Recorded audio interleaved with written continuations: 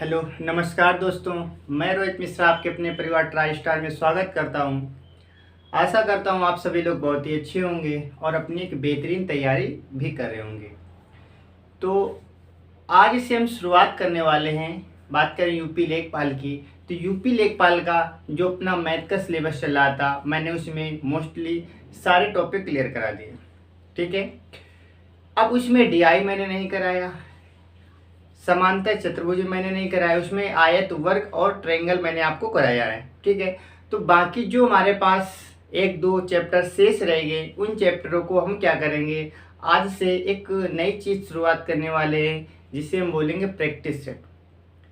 तो बाकी जो हमारे चैप्टर बचे, उन चैप्टरों को अपनी प्रैक्टिस सेट में हम क्या करेंगे, शामिल कर लेंगे। तो आज से हम क्या करेंगे, यूपी लेखपाल के लिए प्रैक्टिस सेट लगाने वाले हैं। और आपको पता है यूपी लेखपाल में मैथ के 25 क्वेश्चन आने हैं। तो ये 25 क्वेश्चन की सीरीज रहेगी, 25 क्वेश्चन की सीरीज रहेगी, 25 क्वेश्चन। और वो ये क्वेश्चन सिलेबस के अकॉर्डिंग आपके लिए डिजाइन किए गए हैं।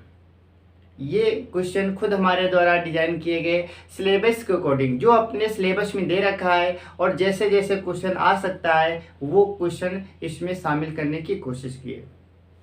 कुछ क्वेश्चन इजी भी हो सकते हैं, कुछ क्वेश्चन टफ भी हो सकते हैं, क्योंकि पहली प्रैक्टिस सेट है। जैसे जैसे हमारी प्रैक्टिस सेट बढ़ेगी वैसे वैसे हम क्वेश्चन का लेवल भी क्या करेंगे, इंक्रीज करेंगे।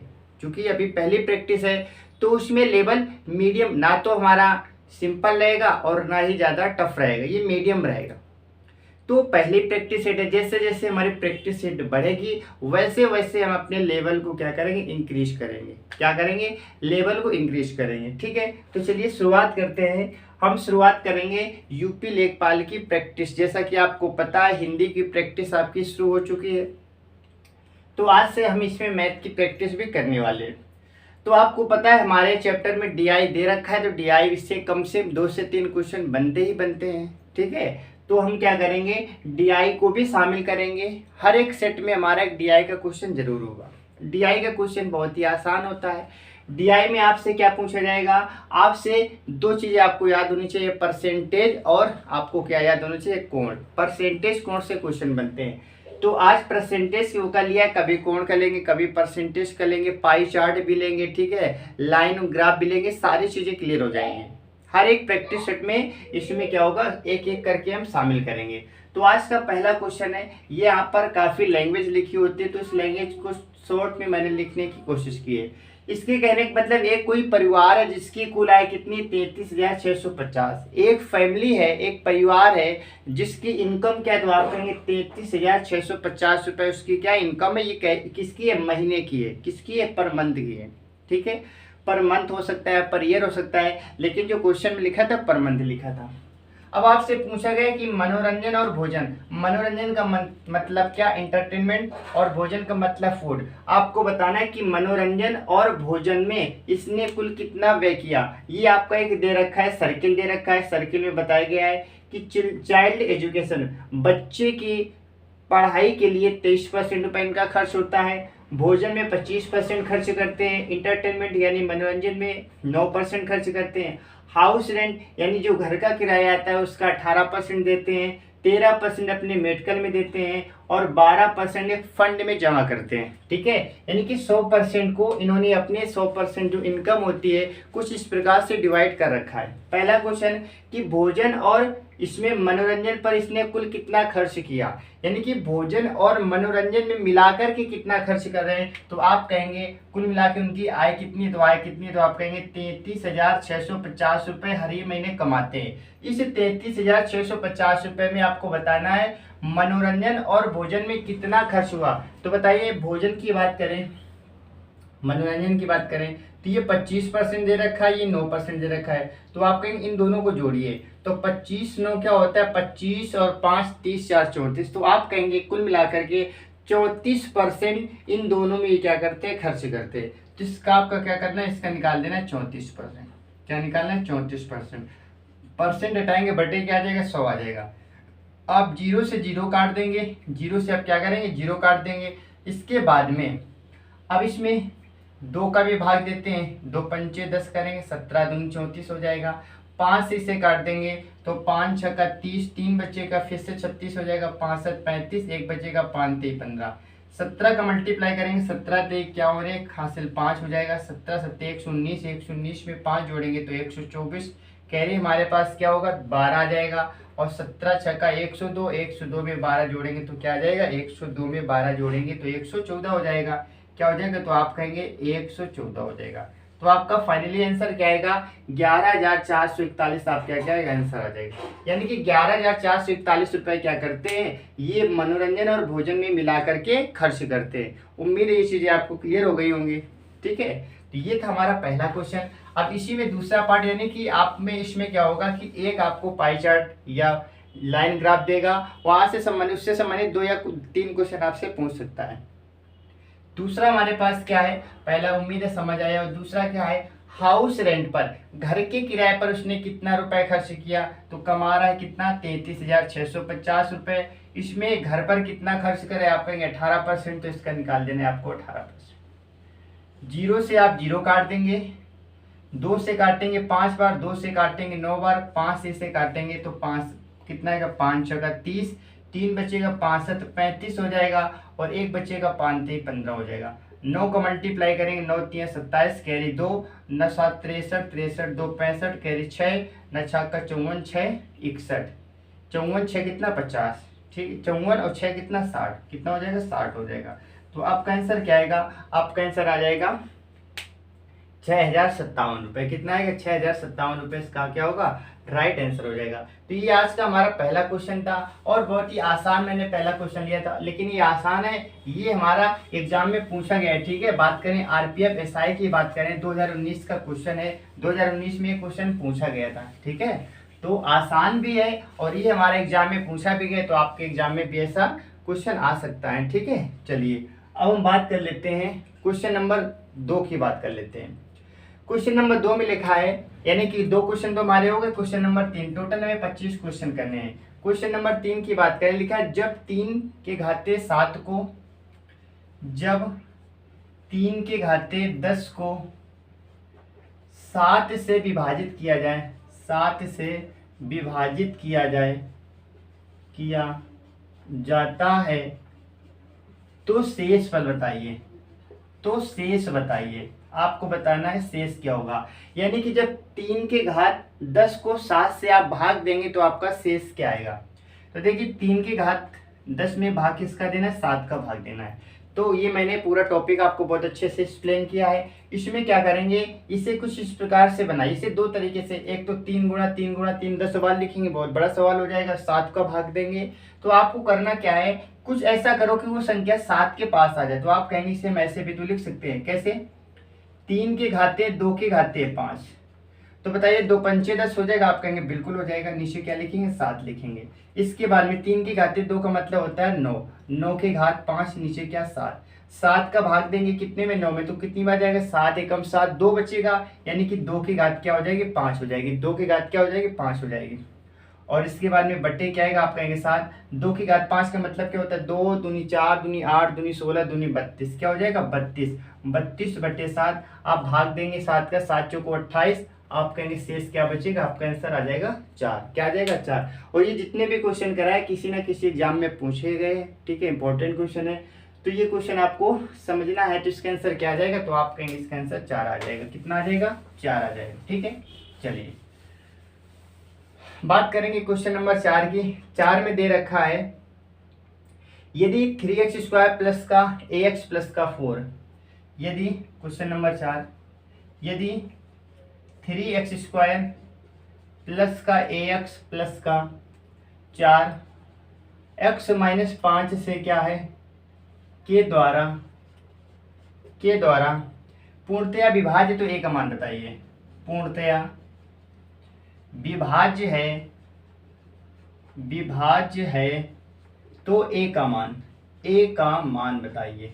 ठीक है, ये आपका क्वेश्चन है। यदि 3x² प्लस का ax प्लस का 4 जो कि x माइनस 5 से पूरी तरह से विभाजित है, तो आपको बताना है a का मान क्या होगा। इस कंडीशन में मैंने आपको क्या बताया था, जब चैप्टर सिखाया था, एक्सप्लेन में किया था मैंने, कि जब भी x माइनस 1 2 3 कुछ भी लिखा हो, इसके बराबर आपको क्या मान लेना है, 0 मान लेना है। जैसे 0 मानेंगे तो माइनस की संख्या प्लस की हो जाती है, प्लस की संख्या हो जाती है माइनस की, यानी x माइनस 5 बराबर 0। तो आप कहेंगे x का मान क्या आएगा, तो आप कहेंगे x का मान आ जाएगा 5। अब तुम्हें बेसिकली यहाँ पर 5 लिख देना है। यहाँ पर आप 5 लिखेंगे तो बताइए 5 के स्क्वायर करेंगे 25, 25 तेईस आप कहेंगे 75, 25 तेईस 75, प्लस की a और x का मान क्या है, आप कहेंगे 5 है, प्लस का 4, ठीक है, प्लस का 4 बराबर क्या मान लेंगे, 0 मान लेंगे। और यहाँ पर देखिए 75 4 क्या हो जाएगा, आप कहेंगे 79 हो जाएगा, बराबर इस ए 5a को उधर ले जाएंगे, मल्टीप्लाई करेंगे तो क्या आएगा 5a करेंगे किसका हो जाएगा, आप कहेंगे माइनस का 5a हो जाएगा। अब यहाँ से a की वैल्यू आप निकालेंगे तो 79 बटे क्या आ जाएगा, तो आप कहेंगे माइनस का 5, यानी कि माइनस यहाँ पर लगा देंगे, 5 का भाग देंगे तो 5 से कम 5 हो जाएगा, बचेगा 2 29 हो जाएगा, 55 25 और बचेगा हमारे पास क्या 25 55 25 4 बचेगा 5 और 40। तो आपका आंसर क्या आ जाएगा, a बराबर 15.8। ठीक है, ये हमारी प्रैक्टिस सेट है और प्रैक्टिस सेट को प्रैक्टिस सेट की तरीके से सोल्व करेंगे। ठीक है, बिल्कुल यहाँ पर बेसिक नहीं चलेंगे, एक अलग तरीके से सोल्व करने की कोशिश करेंगे। अब ये पूरा सवाल नीचे नहीं लिखेंगे, एक बार लिखिए फिर वैल्यू रखिए, सारी चीजें मैंने आपको बता रखी है। ठीक है, अब आप एग्जाम में कैसे करेंगे वो अप्रोच यहाँ पर आपको रखनी है। ठीक है, चलिए तो क्वेश्चन नंबर ये हमारा कौन सा था, आप कहेंगे क्वेश्चन नंबर 4 था। बात करेंगे क्वेश्चन नंबर 5 की, हम बात कर लेते हैं। प्रश्न नंबर 5 हमारे पास दे रखा है, क्या दे रखा है 6x माइनस वाई, 6 ब्रैकेट में x minus x y minus y comma, फिर दे रखा है 8 x की power 4 y minus y x y minus का एक्स वाई।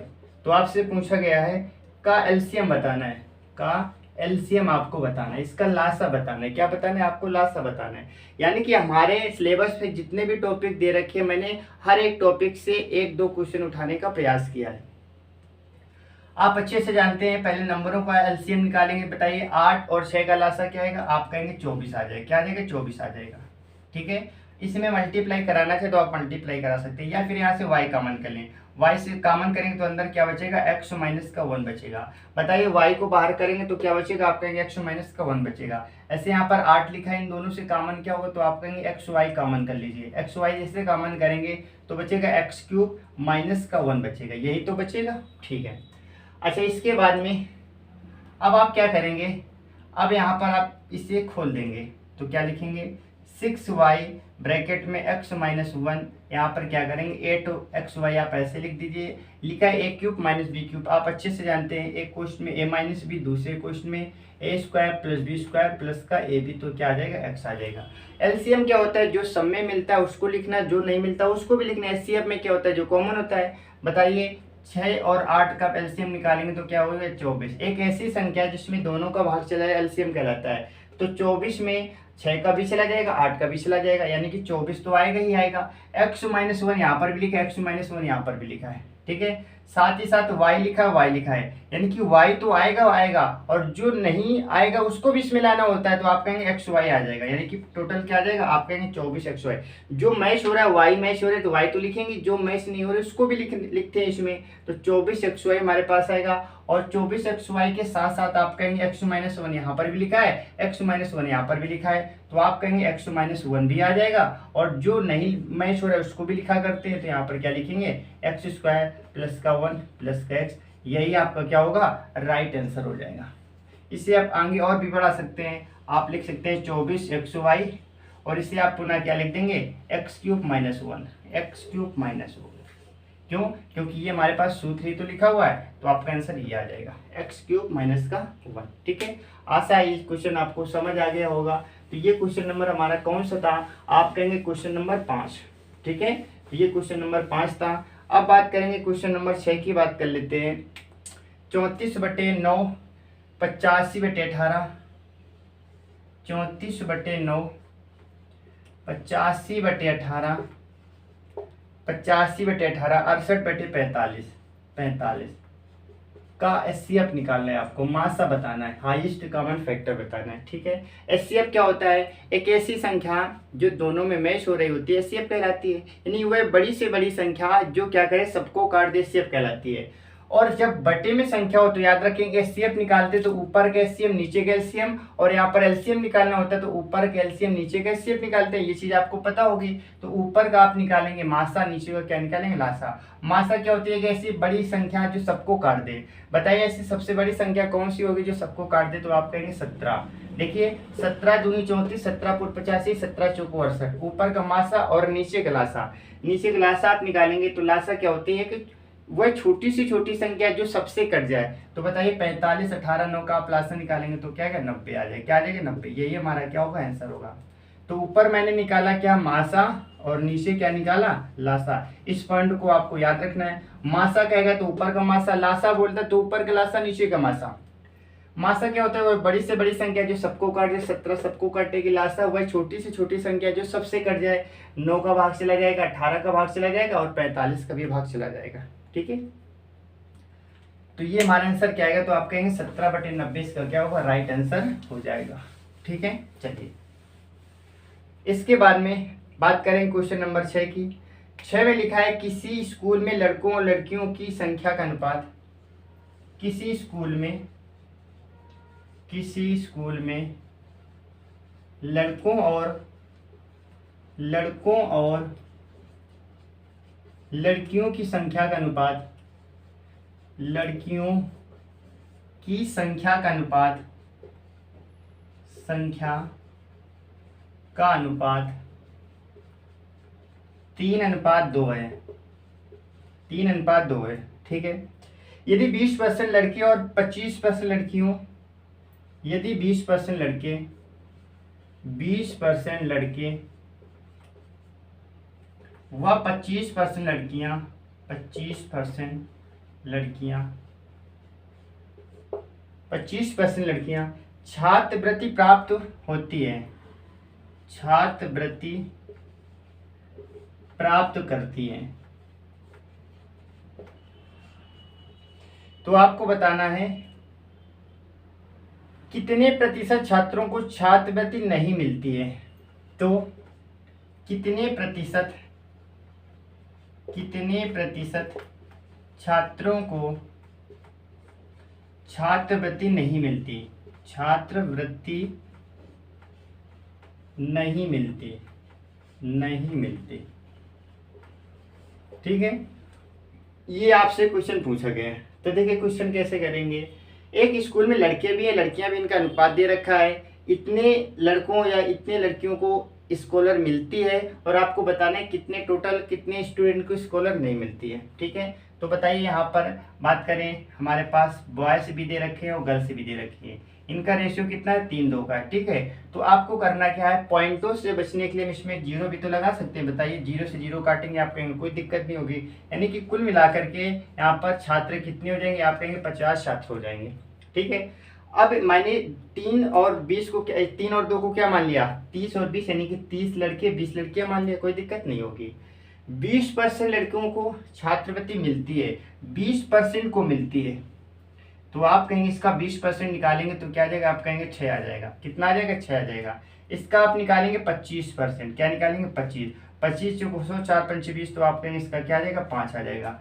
यानी कि 6 लड़कों को स्कॉलर मिलती है और 5 लड़कियों को स्कॉलर मिलती है, यही तो आपसे पूछा गया है। ठीक है, मतलब इतना तो निकाल लिया। कुल मिलाकर बच्चे हैं कितने, तो आप कहेंगे 50 में से 11 ऐसे छात्र हैं जिनको स्कॉलर मिलती है, 11 ऐसे छात्र हैं जिनको स्कॉलर नहीं मिलती है। तो बताइए कितने ऐसे छात्र होंगे जिनको नहीं मिलती होगी। तो 50 में से जब 11 को मिलती है तो बताइए कितने को नहीं मिलती होगी, तो आप कहेंगे 50 में 11 घटा देंगे, आप कहेंगे 39 ऐसे बच्चे होंगे जिनको स्कॉलर नहीं मिलती होगी। लेकिन आपसे पूछा कि इनका परसेंटेज बताइए, तो परसेंटेज बताने के लिए आप क्या करते हैं, मल्टीप्लाई 100 करते हैं, मल्टीप्लाई 100 और नीचे क्या लिखेंगे, टोटल छात्र, टोटल कितने आप कहेंगे 50 है। 50 दूना 100 और 39 दूना 76, 39 दूना कितना 78, कितना 78, तो आपका आंसर क्या आएगा 78% आएगा। यानी कि यहाँ पर 3-2 लड़की और लड़कियों का अनुपात दे रखा है, तब मैंने इसमें 0 लगा दिया, 30 और 20 मान लिया। तो जब 20% लड़कों को मिलता है यानी कि कुल मिलाकर 6 लड़कों को मिलता होगा, 25% लड़कियों यानी कि 5 लड़कियों को मिलता होगा।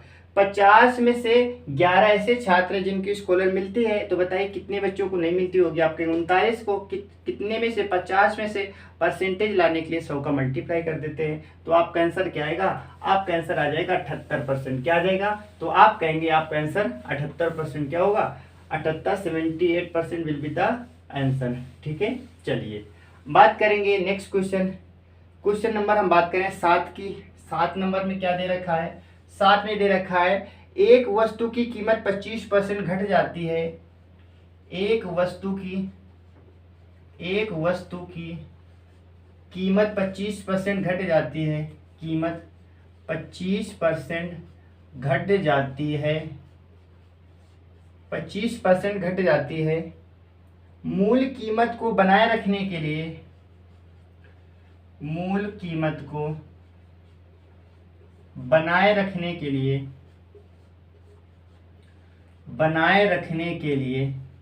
मूल कीमत को बनाए रखने के लिए, ठीक है, नई कीमत को कितना बढ़ाना होगा?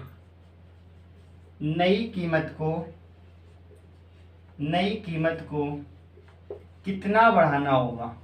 कितना बढ़ाना होगा? नई कीमत को कितना बढ़ाना होगा? तो इसमें बोला गया है कि एक वस्तु की कीमत 25% इसमें घट जाती है। अब हम चाहते हैं कि इसकी मूल कीमत बनाए रखना, बरकरार रखना, ठीक है, तो उसके लिए हमें बताना है कि कितना इसमें बढ़ाना पड़ेगा। तो इसे आप दो तरीके से कर सकते हैं, आप फ्रैक्शन से भी कर सकते हैं, लेकिन हम आपको सबसे अच्छा तरीका बताएंगे। आपको परसेंटेज ऐसे लिख देना है, यहाँ पर घट रहा है तो आपको 100 में घटा देना है, मल्टीप्लाई 100 कर देना है। वृद्धि हो रही होती है तो इसमें क्या करते हैं? वृद्धि में याद रखेंगे हमेशा हम जोड़ देते हैं, वृद्धि में जोड़ते हैं। तो 25 3 75, ठीक है, तो क्या आएगा? ये तो हमारे पास था, हाँ, तो 25% घट रहा है, तो यहाँ पर 25% घट रहा है और यहाँ पर कितना बढ़ाना है कि कोई इसमें दिक्कत ना हो। तो याद रखेंगे इसमें घट रहा है तो आप क्या करेंगे? 25/75, 25 3 75, 30 काटेंगे तो 100 बटे कितना आ जाएगा? 100/3 आएगा। और 100/3 का मतलब होता है 33/1/3%। ठीक है, क्या होता है? आप कहेंगे 33/1/3 होता है। ठीक है, तो याद रखेंगे आपका आंसर क्या आएगा? तो आप कहेंगे आंसर आपका आ जाएगा ये, लेकिन एक पॉइंट याद रखेंगे, ये हमारे पास आंसर गलत माना जाएगा। क्यों? क्योंकि ये डाउट क्लियर करने के लिए मैंने ये भी बताया, क्योंकि ये टाइप का भी एक क्वेश्चन होता है, इस डाउट को आपको क्लियर करना है। आपसे क्वेश्चन कहा जाए कि किसी वस्तु में 25% की वृद्धि हो गई, किसी वस्तु में 25% की वृद्धि हो गई, ठीक है, तो बताइए उसके क्षेत्रफल में क्या परिवर्तन आएगा? उसके क्षेत्रफल में क्या परिवर्तन आएगा? तब आप वहां पर दो तरीके कर सकते हैं, क्षेत्रफल का मतलब एरिया स्क्वायर होता है, वो भी पॉइंट यहाँ पर क्लियर करेंगे। लेकिन इस सवाल को आपको ऐसे करना है, जब यहाँ पर कमी होगी तो यहाँ पर वृद्धि होगी, और यहाँ पर वृद्धि होगी तो यहाँ पर कमी होगी, यानी कि कुल मिलाकर के अपोजिट चलता है। वहां घटेगा तो यहाँ पर बढ़ेगा, वहां पर बढ़ेगा तो यहाँ पर घटेगा। तो आपको इसका हमेशा उल्टा निकालना होता है। घट रहा है तो आपको वृद्धि कर देनी है, और वृद्धि हो रही तो आपको क्या करना है? घटा देना है। क्योंकि आपसे पूछा है कितना बढ़ाएं, तो बढ़ाने के लिए आपको करना क्या है? आपको 25/100 में से जोड़ देना है। तो आप कहेंगे 125 गुणा क्या करेंगे? 100। 25 पंचे 125, 5 से काटेंगे आप कितनी बार? 20 बार। तो आपका आंसर क्या आएगा? तो आप कहेंगे आंसर आपका आ जाएगा 20%। ठीक है, ये हमारा नहीं माना जाएगा, आंसर कौन सा माना जाएगा? आप कहेंगे 20%। याद रखेंगे यहाँ पर हमेशा उल्टा करते हैं, यहाँ पर घटेगा तो आपको बढ़ाना है, और बढ़ रहा है तो आपको घटाना है। यहाँ पर कमी हो रही थी तो आपको वृद्धि करनी है, और वृद्धि हो रही होती तो आपको क्या करना था? कमी करना था। याद रखेंगे हमेशा अपोजिट करते हैं। ठीक है, हमेशा क्या करते हैं? तो आप कहेंगे हमेशा हम अपोजिट करते हैं। चलिए देखिए, प्रैक्टिस सेट लगानी बहुत जरूरी है, क्योंकि प्रैक्टिस सेट से क्या होते हैं? मैथ की एक तरह से हमारा पूरा रिवीजन हो जाता है, पूरा रिवीजन हो जाएगा। तो अब याद रखेंगे प्रैक्टिस सेट, आपको एक प्रैक्टिस सेट या 2 प्रैक्टिस सेट तो रोज लगानी ही लगानी है। तो ये हमारा क्वेश्चन नंबर 7 था, यानी कि क्वेश्चन नंबर 8 हमारे पास हो गए। 8 क्वेश्चन तक मैंने आपको पढ़ा दिए। क्वेश्चन नंबर 9 की बात कर लेते हैं। ठीक है, 9 की बात कर लेते हैं। 9 हमारे पास लिखा है, यदि 15 संतरों का क्रय मूल्य 20 संतरों की विक्रय मूल्य के बराबर है, यदि 15 संतरों का क्रय मूल्य 20 संतरों के विक्रय मूल्य के बराबर है, विक्रय मूल्य के बराबर है, बराबर है। तो हानि परसेंटेज बताइए, हानि प्रतिशत बताइए, हानि प्रतिशत बताइए। डिटेल में पढ़ना है तो मैंने आपको ये टॉपिक कंप्लीट करा दिया है, आप प्रॉफिट एंड लॉस पढ़ेंगे तो उसमें सारी चीज़ें मिल जाएंगी। ठीक है, तो लिखा है 15 संतरों का क्रय मूल्य, इसमें मैंने आपको बताया था हमेशा आपको उल्टा मानना है, क्रय मूल्य को विक्रय मूल्य मानना है, विक्रय मूल्य को क्या मानना है, क्रय मूल्य। अब बताइए इसमें हानि हो रही है, हानि का मतलब 20 में खरीदा होगा, 15 में बेच रहा है, तो आप कहेंगे 5 पर 5 संतरे कैसे घाटा हो गया। भाई घाटा कब होगा, जब हम ज्यादा में खरीद के कम में बेचेंगे, 20 में खरीदेंगे 15 में बेचेंगे, तभी तो घाटा होगा। अब बात आती है नीचे क्या लिखे, 15 लिखेंगे 20 लिखे, याद रखेंगे हमेशा अपोजिट लिखेंगे। 15 क्रय मूल्य, हमेशा नीचे क्रय मूल्य आता है, क्या आता है, क्रय मूल्य आता है। लेकिन इस केस में आपको हमेशा उल्टा लिखना होता है, नीचे आप क्या लिखेंगे, 20 लिखेंगे, गुणा 100 करेंगे। बताइए 20 5 चौक 20, 4 से आप काटेंगे तो आपका आंसर क्या आएगा, 25% आपका क्या होगा, राइट आंसर हो जाएगा। 25% क्या होगा, आपका राइट आंसर हो जाएगा। ठीक है, 25% क्या होगा, राइट आंसर होगा। ठीक है, बात करेंगे क्वेश्चन नंबर 10 की, बात कर लेते हैं। क्वेश्चन नंबर 10 हमारे पास दे रखा है, एक मोबाइल जब 6% लाभ पर बेचा जाता है, एक मोबाइल जब 6% लाभ पर बेचा जाता है, लाभ पर बेचा जाता है, जब इसे 6% लाभ पर बेचा जाता है तो 6% हानि पर बेचने की, तो 6% हानि पर बेचने की, हानि पर बेचने की तुलना में 870 की तुलना में 870 रुपये, 870 रुपये अधिक मिलते हैं, अधिक मिलते हैं, 870 रुपये अधिक मिलते हैं। आपको बताना है मोबाइल का क्रय मूल्य बताना है, मोबाइल फोन का क्रय मूल्य यानी कि आपको सीपी बताना है। ठीक है, तो क्वेश्चन है, एक मोबाइल को जब 6% लाभ पर बेचा जाता है, यदि 6% घाटे में बेचा जाता है तो ऐसा करने से 870 रुपये अधिक प्राप्त होते हैं। तो इस प्रकार से आपको याद रखना है, आपको याद क्या रखना है, प्रॉफिट हो तो हमेशा माइनस करेंगे, लॉस हो तो हमेशा माइनस करेंगे, एक बार प्रॉफिट एक बार लॉस तो आपको हमेशा प्लस करना है, एक बार लॉस एक बार प्रॉफिट तो आपको हमेशा क्या करना है, प्लस करना है। यानी कि अपोजिट में हमेशा हम जोड़ेंगे और एक जैसे में हमेशा हम क्या करेंगे, घटा देंगे। यहाँ पर फायदा हो रहा है और यहाँ पर क्या हो रहा है, घाटा हो रहा है। अपोजिट हो गए तो आपको जोड़ देना है, तो आप कहेंगे 6 12% किसके बराबर होगा, 870 के। जब क्या लिखा हो, अधिक लिखा हो, कम लिखा हो, अंतर लिखा हो, ठीक है, बढ़ जाता है ऐसा लिखा हो, तो आपको हमेशा क्या करना है, सेम में घटा देना है और अपोजिट में जोड़ देना है। तो 12 बराबर इतना हो गया, आपको निकालना है। बताइए क्रय मूल्य क्या मानेंगे, 100। 12% बराबर इतना, तो 100% बराबर कितना, तो यानी कि 100% की आपको वैल्यू प्राप्त करनी है। तो क्या हो जाएगा, तो आप कहेंगे 870/12 गुणा क्या करेंगे, 100। तो देखिए काट देंगे, 4 से काटेंगे, 4 3 12, 4 से काटेंगे 25 बार, 3 से इसे काट दीजिए तो 3 दूना 6, 3 नंबर 27, 290, 25 0 0, 25 नवैया 225, कैरी हमारे पास 22, 25 दूना 50, 50 और 22 72, कितना 72। तो आपका आंसर क्या आएगा, तो आप कहेंगे हमारा 7250 क्या होगा, राइट आंसर हो जाएगा। 7250 क्या होगा, आपका राइट आंसर हो जाएगा। ठीक है, चलिए अब हम बात कर लेते हैं नेक्स्ट क्वेश्चन की। अगला प्रश्न हमारे पास दे रखा है, लिखा है कि वह समीकरण ज्ञात करो जिसका मूल दे रखा है, वह समीकरण ज्ञात करो, वह समीकरण ज्ञात करो जिसके मूल दे रखे हैं। मूल क्या है, तो a प्लस का रूट b और a माइनस का रूट b। ठीक है, ये आपको दे रखा है, तो आपको बताना है क्या, आपको बताना है समीकरण बताइए। तो याद रखेंगे जब दो मूल दे रखे होते हैं समीकरण कैसे निकालते हैं, तो इसके लिए मैंने आपको बताया था x² माइनस का मूलों का योगफल इंटू x प्लस का मूलों का गुणनफल बराबर क्या मैंने बताया था, 0। मैंने ये समीकरण बताया था, यहाँ पर आपको क्या करना होता है, मूलों को यहाँ पर रखना होता है और आपका बेसिकली क्या होता है, समीकरण बन जाता है। तो आप लिखेंगे x² माइनस मूलों का योगफल, तो पहला मूल ये, दूसरा मूल ये, यानी ये अल्फा का मान, ये किसका मान, तो आप कहेंगे बीटा का मान। तो यहाँ पर रखेंगे आप अल्फा की जगह लिखेंगे ए प्लस का रूट बी, प्लस बीटा की जगह लिखेंगे आप ए माइनस का रूट बी, बाहर एक्स लिखेंगे प्लस, यहाँ पर लिखेंगे ए प्लस का रूट बी और मल्टीप्लाई आप क्या करेंगे ए माइनस का रूट बी, ठीक है, बराबर क्या 0।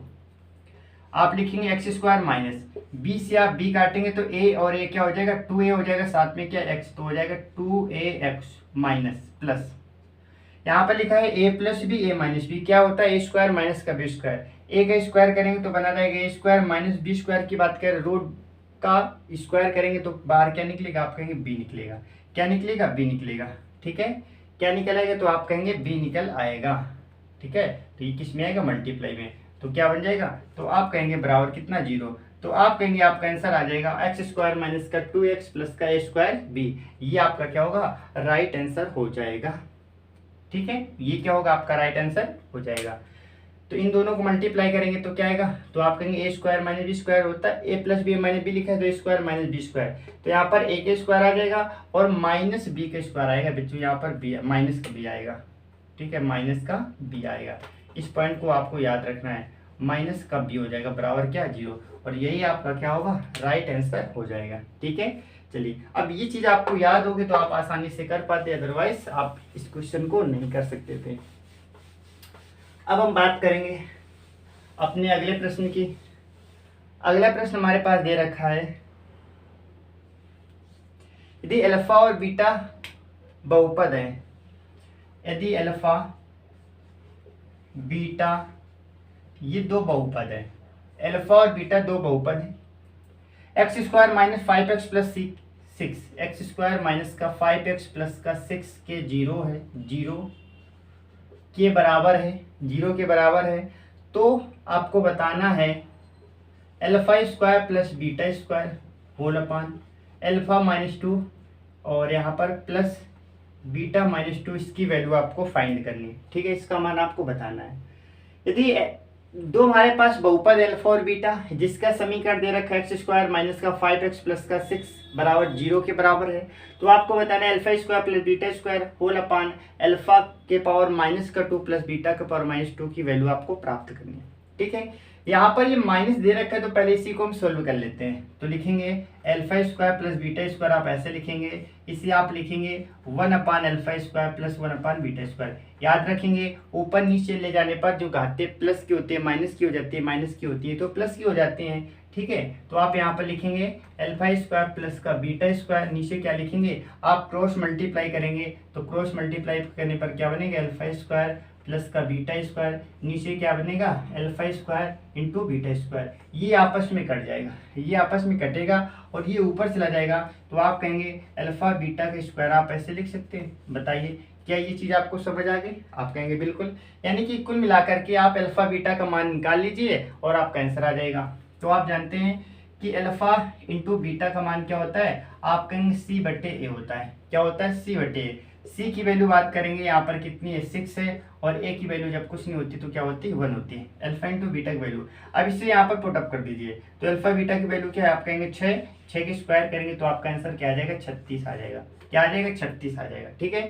आप कहेंगे क्वेश्चन कैसा है, ये question very very important question है, आप इसी क्वेश्चन में यहीं पर उलझे रहेंगे, आपको पता ही नहीं चलेगा यहाँ पर माइनस आ गए तो कैसे सोल्व करें, तो पहले आपको ऐसे सोल्व करना है, बाद में यहाँ पर क्या करना है आपको सोल्व करना था, ठीक है। अच्छा क्वेश्चन था और ये सारे क्वेश्चन हमारे एग्जाम में पूछे गए, ठीक है, तो ये सारे महत्वपूर्ण क्वेश्चन हैं। बात करेंगे नेक्स्ट क्वेश्चन हमारे पास क्या दे रखा है। अगला क्वेश्चन है यदि a माइनस बी बराबर 5 और यदि a माइनस बी बराबर 5 और a square plus B square, a square plus B square बराबर 31, तो a b का मान बताइए, a और b के मान आपको बताना है, ठीक है।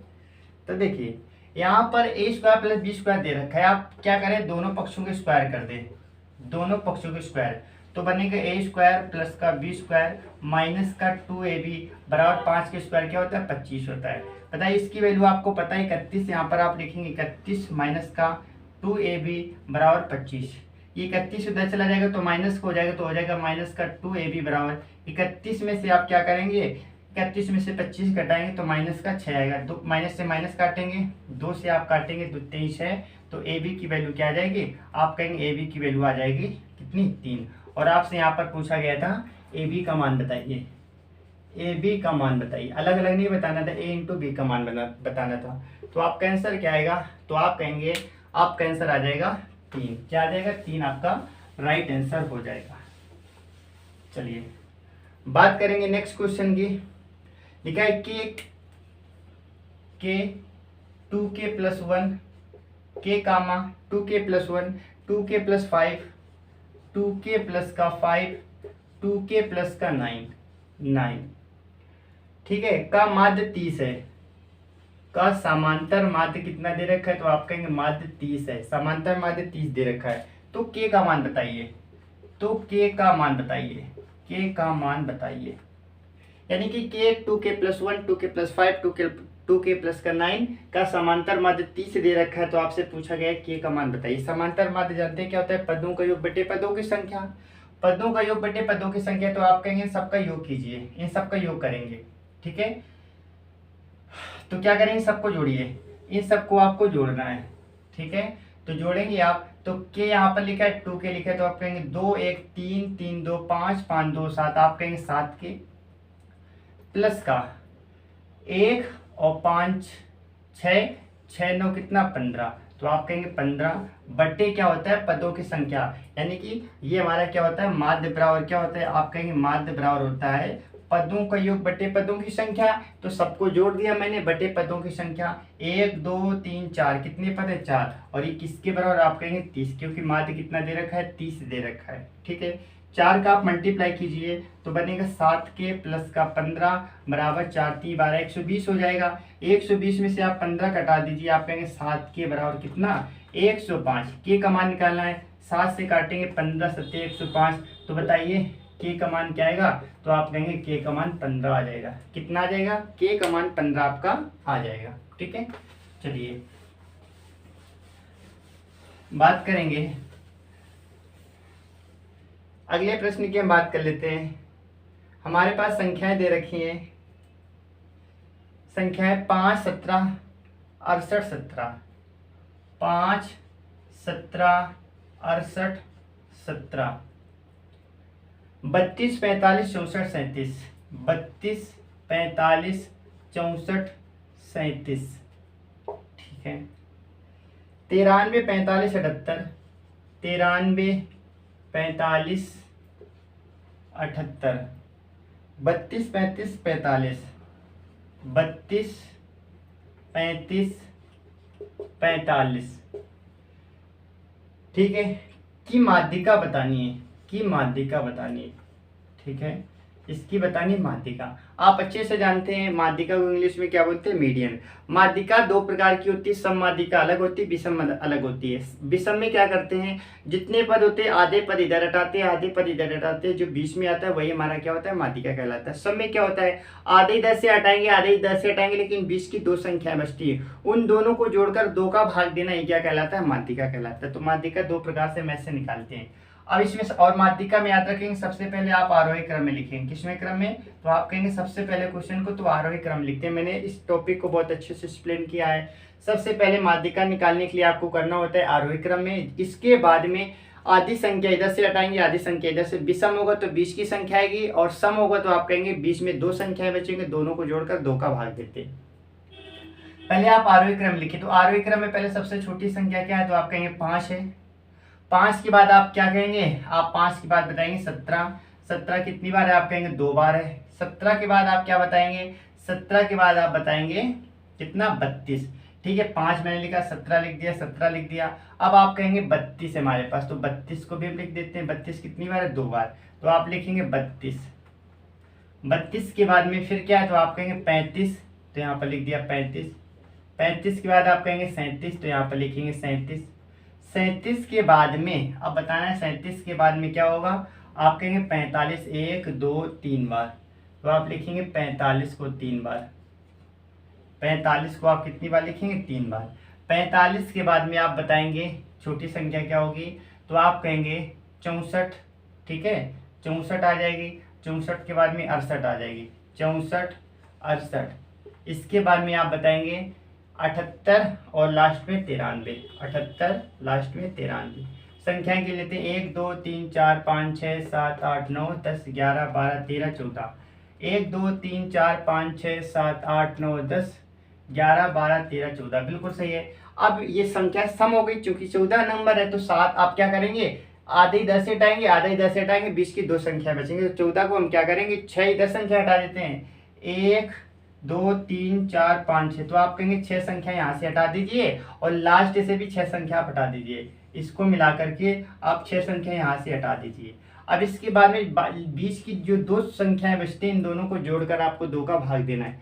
बताइए, 7 5 12, 4 3 7 1 8, 2 का भाग देंगे तो आप कहेंगे आपका आंसर क्या आएगा, आपका आंसर आ जाएगा 41 आ जाएगा। क्या आ जाएगा आपका आंसर, 41 आपका राइट आंसर होगा। ठीक है, चलिए 41 आपका क्या होगा, राइट आंसर हो जाएगा।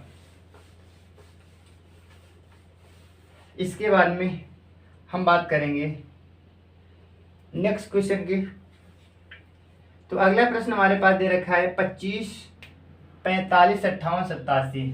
25 45 58 87, 45 54 65, 45 54 65, 12 25 59, 12 25 59, 59, 59 के बाद में 42 60, 42 60 का बहुलक बताना है। बहुलक को हम क्या बोलते हैं इंग्लिश में, मोड बोलते हैं। क्या बोलते हैं, मोड। तो आपको इसमें क्या बताना है, आपको मोड बताना है। तो बहुलक क्या होता है, बहु माने होता है अधिक, लक माने संख्या, यानी जिसकी आवृत्ति सबसे ज्यादा बार होती है इसको हम क्या बोलते हैं, बहुलक। इसमें आपको उस नंबर को देखना है जो सबसे ज्यादा बार रिपीट हुआ हो, जो सबसे ज्यादा बार आया हो। तो जैसे हम बात कर लेते हैं 25 की बात करें, 1 बार 2 बार, और तो कहीं आए नहीं, यानी कि 25 आप कहेंगे कितनी बार आया, 2 बार आ गया। 45 की बात करें, 1 बार आया और 1 ही बार आया, तो 45 तो आंसर हो नहीं सकता है। 58 की बात करेंगे, 1 बार आया, 58 भी हमारा आंसर नहीं होगा। 87 की बात करें तो आप कहेंगे 87 भी 1 बार, तो ये भी आंसर नहीं होगा। 45 की बात करें तो 45 1 बार आया, तो 45 भी आंसर नहीं होगा। 54 की बात करें आप कहेंगे 54 भी आंसर नहीं होगा क्योंकि 1 बार आया। 65 की बात करें 1 बार आया, 12 1 बार आया, ठीक है। 59 की बात कर लेते हैं, 59 की बात करेंगे तो आप कहेंगे 59 भी हमारा 1 बार आया, ये भी आंसर नहीं होगा। 42 की बात करेंगे तो आप कहेंगे 42 कितनी बार आया, 42 भी 1 बार। 60 कितनी बार, 1 बार, यानी कि हमारा आंसर क्या होगा, आंसर हमारे पास 25 आ जाएगा। क्या आ जाएगा, तो आप कहेंगे 25 आपका राइट आंसर हो जाएगा, क्योंकि 25 सबसे ज्यादा बार आया है। ठीक है, 25 सबसे, अच्छा 45 भी 2 बार आया है, देखो यहाँ पर 45 भी 2 बार आया है, तो याद रखेंगे 45 भी कितनी बार है, 2 बार। तो आपका आंसर क्या आएगा, 25 कामा 45, 25 कामा 45 आपका क्या होगा, राइट आंसर होगा।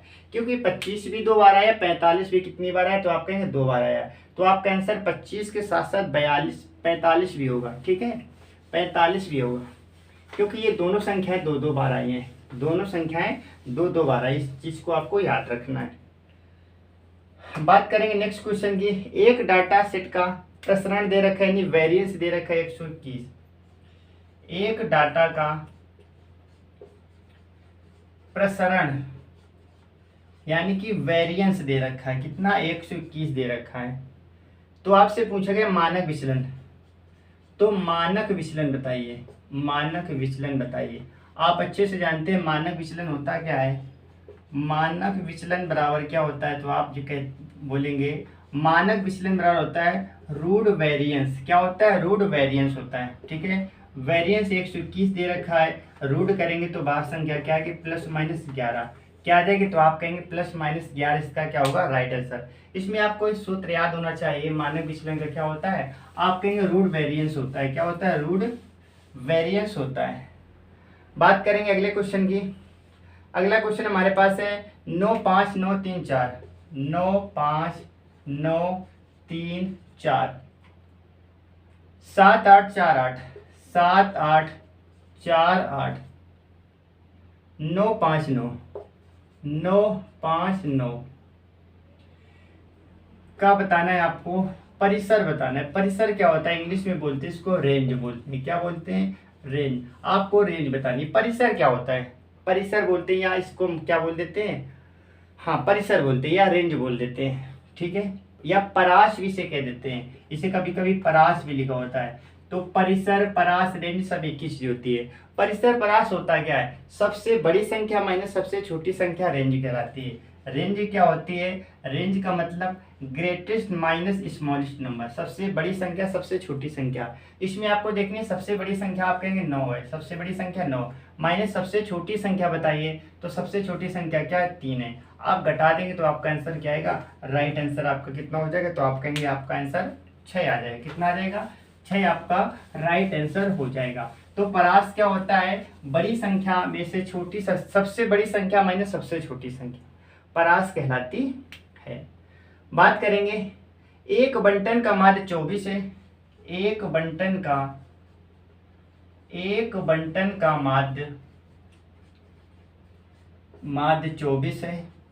एक बंटन का माध्य क्या 24 है और मानक विचलन 6 है। और मानक विचलन 6 है। मानक विचलन 6 है, तो आपको मानक विचलन 6, तो आपको बताना है विचरण गुणांक बताना है। क्या बताना है, विचरण गुणांक आपको बताना है। विचरण गुणांक क्या होगा, गुणांक होगा ये आपको बताना है, ठीक है। विचरण गुणांक क्या होगा, तो याद रखेंगे, इसके लिए आपको सूत्र याद होना चाहिए कि विचरण गुणांक बराबर क्या होता है। विचरण गुणांक की बात करें तो विचरण गुणांक बराबर क्या होता है, तो आप कहेंगे मानक विचलन बटे क्या होता है, माध्य होता है, बटे क्या होता है, माध्य, इनटू क्या होता है 100। ये आपका सूत्र होता है। इस पॉइंट को आपको याद रखना है, आपसे डायरेक्ट क्वेश्चन पूछा जाएगा और ये क्वेश्चन आएगा ही आपके एग्जाम में। तो बताइए, मानक विचलन की बात करें 6 और इसकी बात करें कितना है, तो आप कहेंगे 24 है। गुणा आप 100 करेंगे, 6 से काटेंगे 6 चौक 24, 4 से काटेंगे तो आपका आंसर क्या आएगा, 25% आपका राइट आंसर हो जाएगा। 25% क्या होगा, आपका राइट आंसर हो जाएगा। तो ये आपको फार्मूला याद रखना है, ठीक है। फार्मूला याद होगा तो आप आसानी से कर पाएंगे और क्वेश्चन आना तो संभव है, ठीक है। इस चैप्टर की बात करें तो इस चैप्टर से 3 से 4 क्वेश्चन पूछे जाएंगे, 3 से 4 क्वेश्चन पूछे जाएंगे। अब हम बात कर लेते हैं, नेक्स्ट क्वेश्चन हमारे पास क्या है, यदि बहुलक का मान 14 है, यदि बहुलक का मान 14 है, यानी कि कुल मिलाकर बहुलक कितना दे रखा है, 14 दे रखा है, ठीक है। बहुलक 14 है और माध्य 5 है। और माध्य का मतलब समांतर माध्य, माध्य कितना है, तो आप कहेंगे माध्य 5 है। तो माध्यिका बताइए, 5 है, तो माध्यिका आपको बतानी है। माध्यिका याद रखेंगे, इंपॉर्टेंट क्वेश्चन है। सूत्र आपको याद रखना है, क्या, बहुलक बराबर एक सूत्र होता है, बहुलक बराबर 3 माध्यिका -2 माध्य। याद कैसे रखेंगे, तो देखिए 3 2 आपको याद रखना है। माध्यिका लिखने में बड़ी तो 3, माध्य लिखने में छोटा तो इसके साथ पे तो बीच में माइनस, ठीक है। तो बताइए 3 गुणा माध्यिका कितनी दे रखी है, तो आप कहेंगे माध्यिका आपको निकालनी है ना, ठीक है। माध्यिका निकालनी है तो आप क्या करेंगे, 3 इंटू माध्यिका लिख देंगे, 3 इंटू माध्यिका। माध्यिका को क्या बोलते हैं, मीडियन बोलते हैं। -2 इंटू माध्य की बात करें कितना दे रखा है, 5 दे रखा है, 5 दे रखा है। और बात करें बहुलक कितना दे रखा है, तो आप कहेंगे 14। तो यहाँ से लिखेंगे 14 बराबर 3 मीडियन माइनस का 2 पंचे क्या हो जाएगा, 10 हो जाएगा। 10 को आप इधर ले आएंगे, तो 10 को इधर लाएंगे तो क्या हो जाएगा, तो आप कहेंगे प्लस का 14 10 क्या हो जाएगा, आप कहेंगे 24 हो जाएगा। 24 बराबर 3 मीडियन, 3 से आप काटेंगे तो 8 बार। तो बताइए आपका आंसर क्या आएगा, आपका आंसर आ जाएगा 8। क्या आ जाएगा आपका आंसर, आपका आंसर 8 क्या होगा, राइट आंसर हो जाएगा, ठीक है। बताइए क्या यहाँ तक चीजें क्लियर हो गई, तो आपका आंसर क्या आएगा, तो आप कहेंगे आपका आंसर 8 आ जाएगा। चलिए बात करेंगे अपने अगले प्रश्न की, हम बात कर लेते हैं। लिखा है यदि एक त्रिभुज के कोणों का अनुपात, यदि एक त्रिभुज के कोणों का अनुपात, यदि एक त्रिभुज के कोणों का अनुपात 1 2 3 4 1 2 3 है, ठीक है। तो सबसे बड़े कोण का मान, तो सबसे बड़े कोण का मान, बड़े कोण का मान, आप तीनों मान भी निकाल सकते हैं, लेकिन आपसे सबसे बड़े कोण का मान पूछा गया है। आप जानते हैं त्रिभुज का कोण दे रखा है 1 2 3, और एक त्रिभुज का कुल एंगल कितना होता है, आप कहेंगे 180 होता है। कितना होता है 180, जोड़ेंगे 3 2 5 1 6, तो 6 रेशियो किसके बार और 180 के, तो 6 से आप काटेंगे कितनी बार कटेगा, 30 बार कटेगा। एक रेशियो का मान कितना आ गया, 30 आ गया। आपसे कहा गया सबसे बड़ी संख्या बताइए, सबसे बड़ा मान बताइए, तो रेशियो में सबसे बड़ा क्या है, 3 है। 3 का 3 में मल्टीप्लाई करेंगे तो आप कहेंगे इसका आंसर क्या होगा, 90 आ जाएगा। क्या आ जाएगा, 90। तो एक होगा 90, दूसरा होगा 30 दूना 60, और पहला हो जाएगा 30। जब आप इन सबको जोड़ेंगे तो क्या 180 आएगा, तो आप कहेंगे बिल्कुल आ जाएगा, 180 आएगा, बिल्कुल आ जाएगा। ठीक है, चलिए बात करेंगे अगले प्रश्न की, हम बात कर लेते हैं। अगला प्रश्न हमारे पास दे रखा है, एक वृत्त का क्षेत्रफल 616 वर्ग मीटर है। एक वृत्त का क्षेत्रफल 616 वर्ग मीटर है। इसका आपको बताना है क्या, व्यास। इसका व्यास बताइए। व्यास आपको क्या करना है, फाइंड करना है। तो देखिए, एक वृत्त का क्षेत्रफल दे रखा है, आप अच्छे से जानते हैं वृत्त का क्षेत्रफल क्या होता है, पाई आर स्क्वायर। ये किसके बराबर है, 616 के। पाई की वैल्यू क्या होती है, आप कहेंगे 22/7 इंटू आर स्क्वायर करेंगे, और ये किसके बराबर, 616 के बराबर। 7 ऊपर चला जाएगा, 22 का आ जाएगा नीचे, तो आप लिखेंगे आर स्क्वायर बराबर 616 मल्टीप्लाई 7 करेंगे, और नीचे क्या आ जाएगा, तो आप कहेंगे 22 आ जाएगा। ठीक है, अब इसे हम काट लेते हैं। इसे हम काटेंगे, 2 से काट लेते हैं, 11 बार कटेगा। इसे 2 से काटेंगे तो 2 23 है, और यहाँ पर क्या करेंगे, 2 8 16। 11 से काटेंगे तो कितनी बार जाएगा, 13 दूनी 22, और 8 बार कटेगा 88। 7 का मल्टीप्लाई करेंगे तो आपका मान क्या आ जाएगा, तो आपका आंसर आ जाएगा। ठीक है, आर स्क्वायर बराबर, तो यहाँ पर मल्टीप्लाई आप करेंगे तो आएगा 7 56, 7 दूनी 14, और 14 5 19, 196 आ जाएगा। आर की वैल्यू निकालेंगे तो आप क्या बोलेंगे, 14, क्योंकि 14 के स्क्वायर क्या होता है, 196 होता है। आर की वैल्यू कितनी आ गई, आप कहेंगे आर की वैल्यू आ गई अपनी 14 आ गई। आप अच्छे से जानते हैं व्यास क्या होता है, व्यास त्रिज्या का हमेशा क्या होता है, डबल होता है। व्यास क्या होता है, डबल होता है। तो जब त्रिज्या 14 है तो बताइए हमारा व्यास क्या है, तो आप कहेंगे 14 दूनी 28, क्या आ जाएगा, 28 आपका राइट आंसर। क्योंकि त्रिज्या का दोगुना क्या होता है, आप कहेंगे त्रिज्या का दोगुना व्यास होता है। जब त्रिज्या हमारे पास 14 मीटर है तो आप कहेंगे इसका व्यास क्या हो जाएगा, इसका व्यास हो जाएगा हमारे पास 28 मीटर, 28 मीटर क्या होगा, राइट आंसर हो जाएगा। बात करेंगे नेक्स्ट क्वेश्चन की, तो क्वेश्चन नंबर 23 की बात करें। 23 लिखा है, यदि किसी वर्ग के विकर्ण की, क्वेश्चन नंबर 23 की बात करें, यदि किसी वर्ग के विकर्ण, यदि किसी वर्ग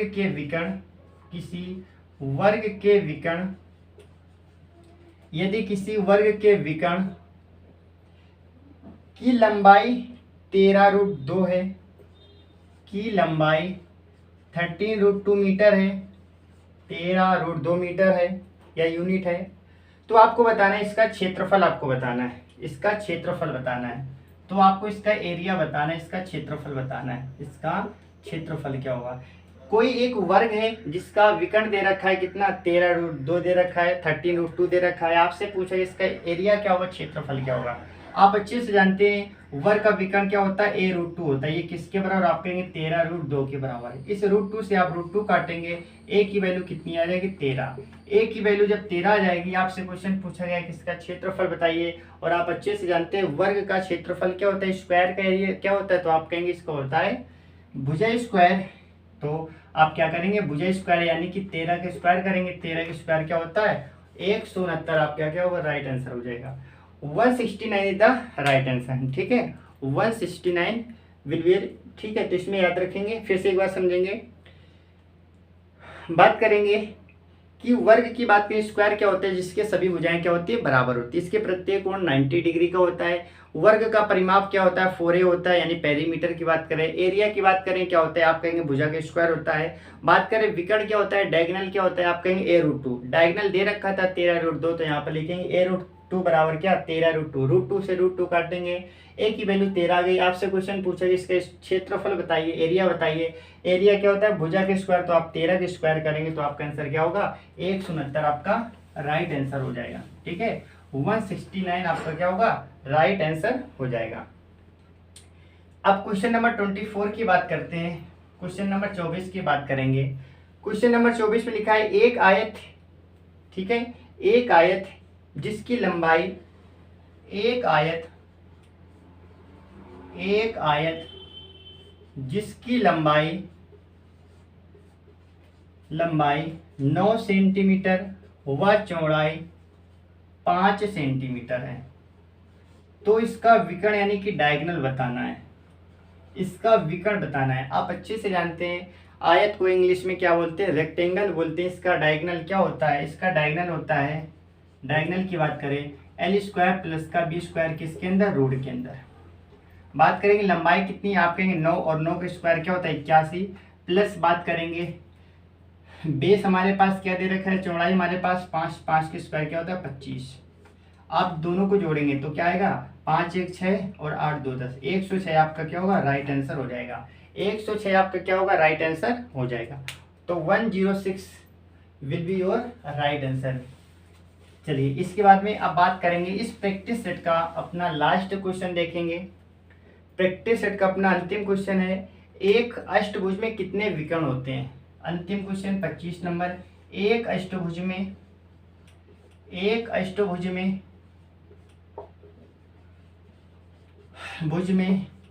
कितने विकर्ण होते हैं, कितने विकर्ण होते हैं, यानी कि एक अष्टभुज है इसमें बताना है कितने डायगोनल बनेंगे कितने विकर्ण बनेंगे। तो याद रखेंगे विकर्ण निकालने का एक अपना फार्मूला होता है क्या n माइनस का, ठीक है हमारे पास क्या होता है n माइनस का 3/2। याद रखेंगे विकर्ण निकालने का अपना एक सूत्र होता है n minus 3/2, n minus 3/2। n की वैल्यू हमारे पास जो भुजाएं होती हैं उनको n की वैल्यू बोलते हैं। अष्ट का मतलब क्या होता है 8 होता है, तो आप लिखेंगे 8 ब्रैकेट में 8 माइनस का 3/2। आप लिखेंगे 8 मल्टीप्लाई 8 में 3 घटा देंगे 5/2, 2 से आप काटेंगे 4 बार 4 पंचे 20, आपका आंसर क्या होगा आपका आंसर आ जाएगा 20। यानी कि एक अष्टभुज की जो आकृति बनी होगी उस अष्टभुज में कितने विकर्ण होते हैं, आप कहेंगे 20 विकर्ण होते हैं। कितने होते हैं विकर्ण 20 होते हैं। सूत्र क्या होता है n माइनस 3/2, n माइनस 3/2। तो ये आज का हमारा यूपी लेखपाल के लिए प्रैक्टिस सेट नंबर पहला था और आपके यूपी लेखपाल में 25 क्वेश्चन मैथ के आने हैं और मैंने आपको 25 के 25 क्वेश्चन कराए। तो ये प्रैक्टिस सेट नंबर पहले थी। ये इसमें जो क्वेश्चन मैंने दिए कुछ नॉर्मल थे कुछ अच्छे लेवल के थे, और जैसे जैसे हमारी प्रैक्टिस बढ़ेगी वैसे वैसे हम अपने लेवल को क्या करेंगे इंक्रीज करेंगे, अपने लेवल को बढ़ाएंगे। ठीक है हर एक प्रैक्टिस सेट में एक अच्छे प्रकार के क्वेश्चन आएंगे। तो ये शुरुआत है। तो अब आपको बताना है कि ये आज की क्लास कैसी लगी। प्रैक्टिस सेट चूंकि आपको पता है प्रैक्टिस सेट आपको 1-2 प्रैक्टिस सेट रोज लगाने पड़ेंगे। प्रैक्टिस सेट से क्या होता है हमारी पूरी मैथ का रिवीजन हो जाता है। आपके यूपी लेखपाल में जितने भी चैप्टर दे रखे हैं आज की क्लास में आपके सारे चैप्टर का क्या होगा रिवीजन हो गया। तो प्रैक्टिस सेट करना बहुत जरूरी है। ठीक है चलिए अब इसके बाद में हम मिलेंगे आपको अपने नेक्स्ट क्लास में। तब तक के लिए पढ़ते रहिए। Okay bye bye take care, Ram Ram Radhe Radhe, जय हिंद जय भारत।